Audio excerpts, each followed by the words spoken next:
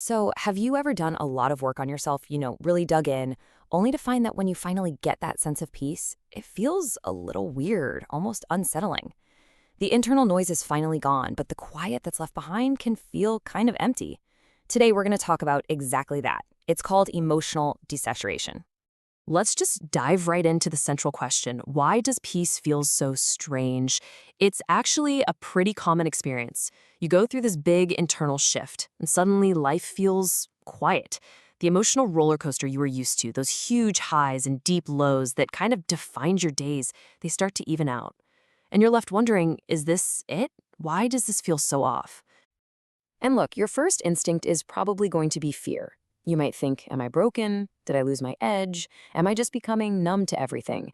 But I want to be really clear. This quietness isn't a sign that something's wrong. It's actually a sign of healthy emotional regulation. This isn't you breaking down, it's your nervous system recalibrating to a new, more stable way of being. Okay, so to really get why this new quiet feels so unfamiliar, we have to look at what came before it.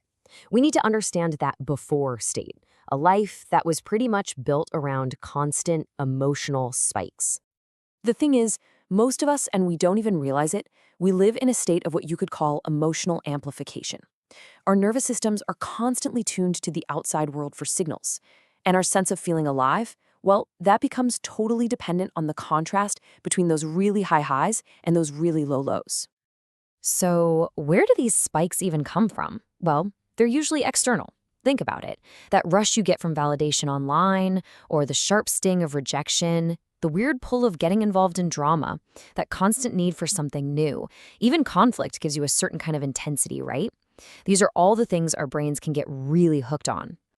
And what's happening on a neurological level is that your brain can get so used to this high dopamine sensitivity, this constant reactivity, that you start to confuse the intensity of these spikes with actually feeling alive.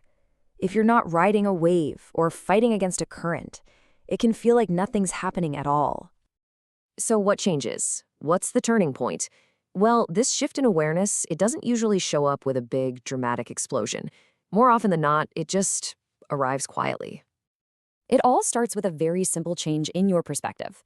Instead of just automatically reacting to your old patterns, you start to just notice them.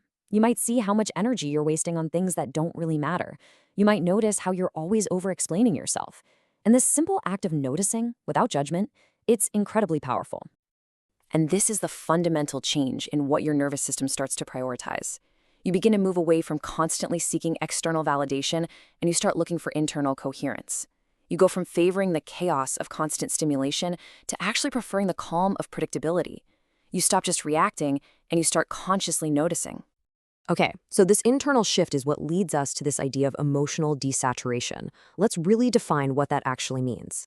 Emotional desaturation doesn't mean your emotions are gone. Not at all. It just means that the extremes, the super highs and the super lows, they no longer have complete control over you. They lose their dominance and their overall intensity gets dialed way back. Here's a great way to think about it. Imagine your emotions are like music playing on a stereo.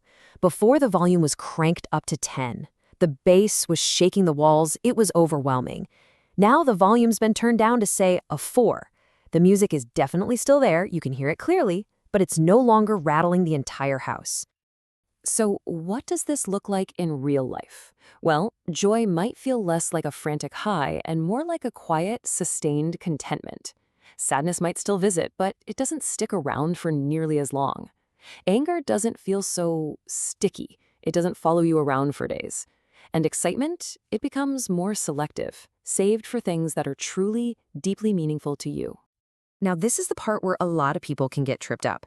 Because that initial feeling is so different, it's really important to ask, is what you're feeling numbness or is it regulation? See, your brain is just wired to understand the world through contrast. So when those intense emotional spikes are suddenly gone, it labels that absence as a loss. And you might find yourself thinking, I just don't care about anything anymore. And that can sound a whole lot like depression, but there is a really critical difference. Let's break this down because this is so important. Depression is marked by a feeling of emotional heaviness. There's a hopelessness there that can make the future feel impossible. Emotional desaturation, on the other hand, is characterized by emotional neutrality. It's a sense of calm alertness. It doesn't collapse your future, it actually stabilizes you right here in the present.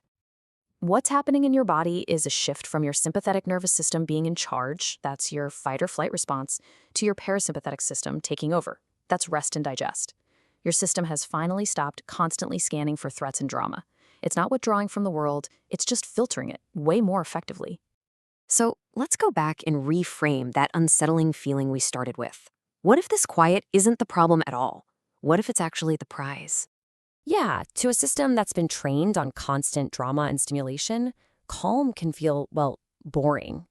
But it's important to understand this feeling isn't coming from a lack of content in your life. It's coming from an absence of dependency on chaos. This journey leads to something we can call emotional sovereignty, and it usually happens in about 3 stages. First, there's discomfort. The silence feels suspicious. Then comes stability, where you have to consciously resist that urge to stir things up again, to go find some drama.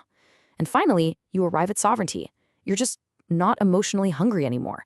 Your nervous system trusts its own calm baseline. And you just have to be patient with yourself here, because the feelings do come back, but they feel different. Motivation returns, but it comes from within you. It's intrinsic, not about performing for others. And joy comes back too, but it's softer, it's more grounded, it's more authentic.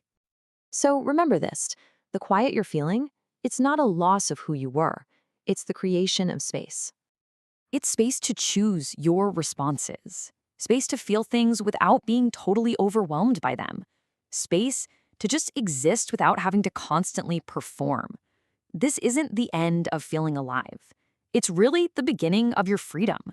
So the real question is, what will you do with it?